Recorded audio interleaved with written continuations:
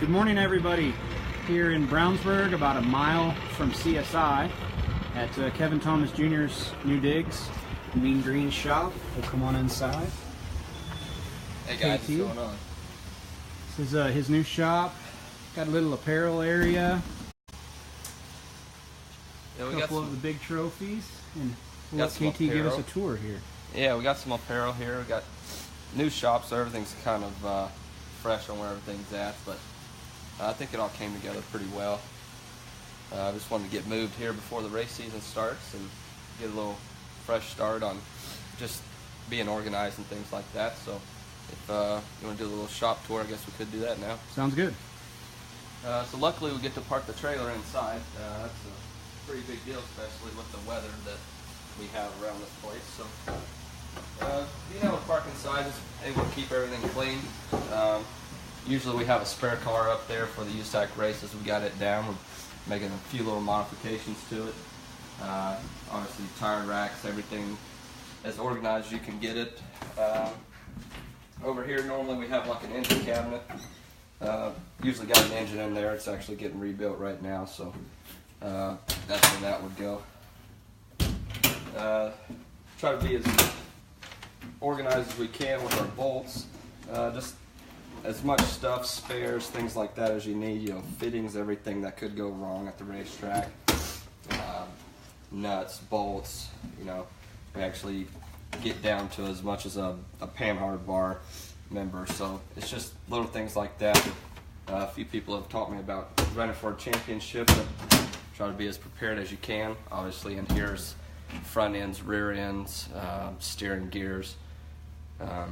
Obviously, we have our shocks, CSI shocks, torsion bars, everything along this side, and then all of our oils and lubricants and everything's on this side with our fuel jugs up underneath. So we just try to keep everything in one spot, and especially if if you got other people working for you, it's pretty nice to just have everything located, just easy to get to, and try to make as much sense as you can. But Sure.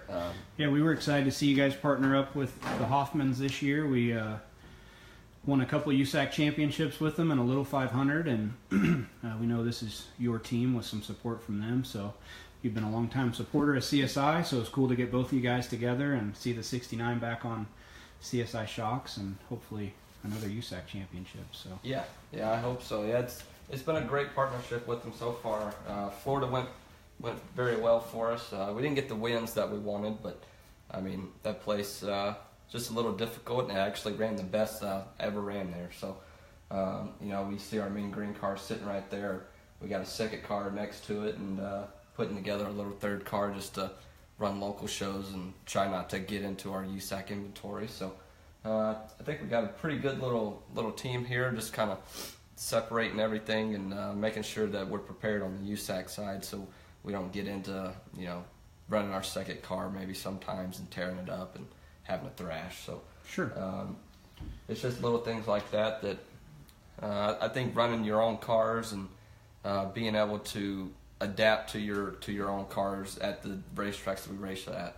I think it's a little bit of a head start for us when it comes to sprint week and things like that, because going to Putnamville, we've already raced it 4 or 5 times, and Lawrenceburg. So I think that's a good advantage for us, being able to run in our own cars, even if they may have different bodies on them at sometimes. Just being acclimated to what you're doing with your cars and the racetracks, and you have all these different varieties of tracks, and just sometimes they're dry, sometimes they're heavy. You never really know what you're going to get here in Indiana, so it's you may have a rainstorm before qualifying, and the whole rest of the night's different. So sure. So why don't you show us a little bit of one of your Mean Green cars here, and as we walk out into the main shop, you'll see Sprint Week from last year and some checks, some big races that he's won. And yeah, Sprint Week's up there. It's pretty cool for them to give us that banner. Obviously, the Oval Nationals is a big accomplishment on our part, and these are checks that we had from last year. So it was a really good year for us. But over here's the Mean Green car. There's not a lot of races on it right now because we seem to keep getting snowed out. But we got a pretty nice piece here. And Speedway engine development. You know, they build us pretty nice engines, CSI shocks, a lot of support there. And, you know, I think we got a good little solid team, so we just need to start racing. Yeah, so those of you tuned in that don't know, Brad Alexander, who's one of the primary shock builders at CSI, he moonlights over here with KT and goes to all the USAC races with him and helps out, so we got a definite connection there. And so everybody, got some people tuned in now. Just wanted to give a quick tour of the shop, give everybody a chance to tune in, and we'll kind of go into our regular questions. Give me 1 second here to get this set up. A little bit different than we've been before, but KT is going to be kind enough to help with any questions that you guys have, and I have my iPad here so I can see the questions pop up as they come. So just last week, no racing around here. We had some bad weather, so the USAC opener got canceled, but there was racing around the country. Jeb Sessoms and Michael Day won with CSI tuned by Marcus Thomas shocks. Kevin Ramey won at Devil's Bowl. Ryan Timms and Freddie Rowland won at Port City.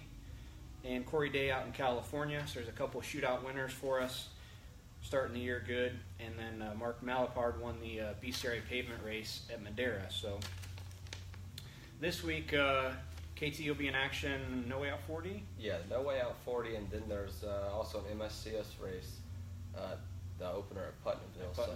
Okay. And then I'm headed to Phoenix on Wednesday for the second USAC .25 quarter midget national race of the year. And then next week is Kokomo Midget Grand Prix, so we'll be there in a Petrie car. Yep. So if it ever quits snowing, we didn't show you much outside, but we got 3-4 inches of snow last night. So if it ever quits snowing, we'll get to do some racing around here. So for those of you tuned in, go ahead and start firing away at some questions. I've got my notes from questions that were emailed in, and we'll get going as far as that's concerned.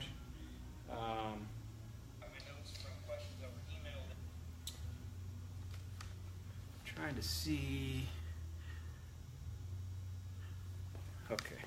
Is it normal to lose 4 or 5 psi in your shocks throughout the main? No, that's not normal, but what I would imagine is happening is you're losing that when you're checking the gas. So when you put your inflation tool on, it takes 3-4 psi to fill that gauge. So we recommend setting 5 over. So if you're wanting to run 40, set it at 45, because that's about how much it's taken to fill the gauge. Trying to get. Okay. All right. Now we can see the questions. So thank you for that, Todd. But that was one other question we had emailed in was, how often should I set the gas pressure? I do it right when you get to the track every race. Yeah, that's pretty much standard. Just do it right when you get to the track. Obviously, take them off the car, set them when they're fully extended, because you never know. I usually don't set them at the shop just because the ride there, whatever the case may be. We just set them at the shop just so we know we're ready to go, and and just kind of make that like an every race kind of maintenance program. Just one of those deals that's just one of the best things that you could do is just take them off the car and just make it pretty regular. And and you brought up a good point. So fully extended, that way your divider piston's always in the home position, so the volume in the shock is a constant. So if you set it on the car, depending on ride heights or what tires you have on it, the divider piston's in a little bit different spot, and so we always set them fully extended. You don't have to take the whole shock off if you don't want. Undo one end, fully extend it, set the gas pressure. We recommend nitrogen just because it's dry, and that way you're not getting any moisture in there. Another question was, how big of an effect does gas pressure have? For me, if you look at like a scale of 1 to 10, 10 being a big change, 1 being a small change, I'd say it's like a 2 or a 3. Yep, you can feel it, but it's not going to take a poor handling car and make it a nice handling car, or vice versa. I don't know your thoughts on that, but yeah, I think it's more of just a fine tuning. It's just off of feel, I think. because we've actually made mistakes where we don't have the right pressure in there, and I didn't really notice. Sure. So it's just a little bit of a fine tuning that you might feel, you might want, or things like that. But I mean, we've been off probably 10 pounds before, and I didn't notice. So yeah, and that's for me. I'll have guys say, well, I'm going to take it down 5 psi. I don't know too many guys that can feel that. I'm not unbolting the shock from the car unless we're doing swings of 10, Another question, are we coming to Texas this year? So we'd had a race planned to Texas early in the year, 2-day micro show. We were going to try to hit a 305 show while we were there, and got rained out. So we're currently looking at our schedule. Maybe going to go, we'll be in Texas in June for a quarter midget race. This guy was a sprint car guy. We're going to try to get to Texas in addition for a 305 race. We have a good bit of 305 customers out there, and a micro sprint race. So we do plan to go to Texas. Everybody tuned in. Make sure you ask questions. I'm on my last one that was emailed in, and that was, what's the best shock package for a Wing 360? A little bit of a loaded question. Most of our guys are using the new 18 LT2 double adjustable large body twin tube. Has a really nice tuning range, but with that, we still have some guys that are running a gas right rear in conjunction with it. And you mainly see that on the bull rings, build a big curb, and you're just needing that support that a gas shock provides. If the track you race at's pretty smooth and slick, I think the twin tube, as far as wing racing is concerned, will certainly get the job done. But having that gas right rear can help on short tracks. So. Yeah, definitely.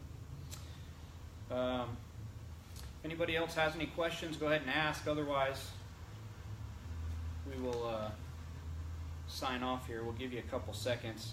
So we've got No Way Out 40, Kokomo Grand Prix. That'll kind of middle of April. What do you got at the end of April?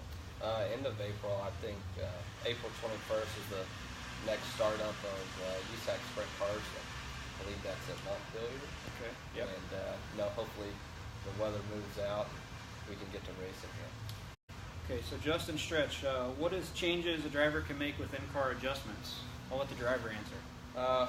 Well, unfortunately now we don't have in-car adjustments, but it just depends. Last year I made a lot of shock changes there at the end of the races that whether it's just depending on the track, you may either let your fronts up a little bit more, or untie your left rear just a little bit, maybe soften up your right rear, just all depending. And I've also gone opposite directions, so it's maybe say at Oval Nationals, for instance, I went from running the middle of the track there the majority of the race to at the end of the race I was running the curb, actually stiffened my right rear up, tied my left front down.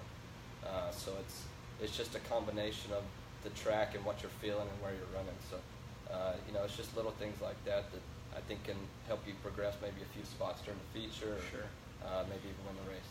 Yeah, I mean, as fuel load burns off and tires start to wear out, it was nice to be able to adjust. But for those of you that don't know, USAC National Sprint Car Series, they did away with all cockpit adjustments this year, so drivers lost that.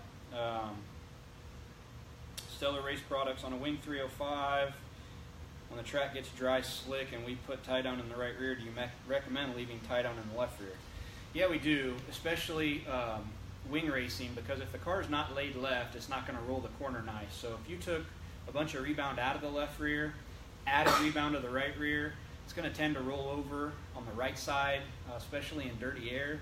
And a fast wing car is a car that's laid left and making corner speed, and you're going to have the right attitude in the car to do that. So you need to keep rebounding both. And even with the non-wing stuff, we'll tend to kind of tie the back end down evenly. Evenly is maybe not the best word, but we'll add right rear rebound as well to just get forward drive. Yeah. Got a question. How do you feel about the new bump rubber system? I know you've ran it here and there, non-wing wise. So I really enjoy the bump rubber. It's just something that we tried probably 3/4 of the way through last year. Took me a little bit getting used to it, but once you find like the happy medium for it, I think it's very useful. I run it all the time at this point, and whether it's slick, heavy, doesn't really matter. And our setup kind of not necessarily revolves around it, but it definitely works with it. So Sure. And it's a feel thing, like he mentioned on other stuff, kind of what combination is going to work best for you. That's the nicest thing about that kit is it's very tunable with the different durometer pucks and then how much you're going to engage it by setting that bump gap. So, funny question, is there any way we can let gas pressure out to get the rain to stop? Well, if we knew that, we'd be in good shape. I'd let it all out at that point. So, well, that does it for the questions. We'll thank KT for opening up his shop and letting us look around. And thank everybody for tuning in. Be sure to like and share this. That lets us know that you're enjoying this and it's worth taking time away from building shocks on Mondays to bring this to you guys. So thank you everybody for tuning in, and thanks KT. Yep, and look forward to talking to you guys next Monday when we get back from Phoenix, and hopefully KT's got a couple wins.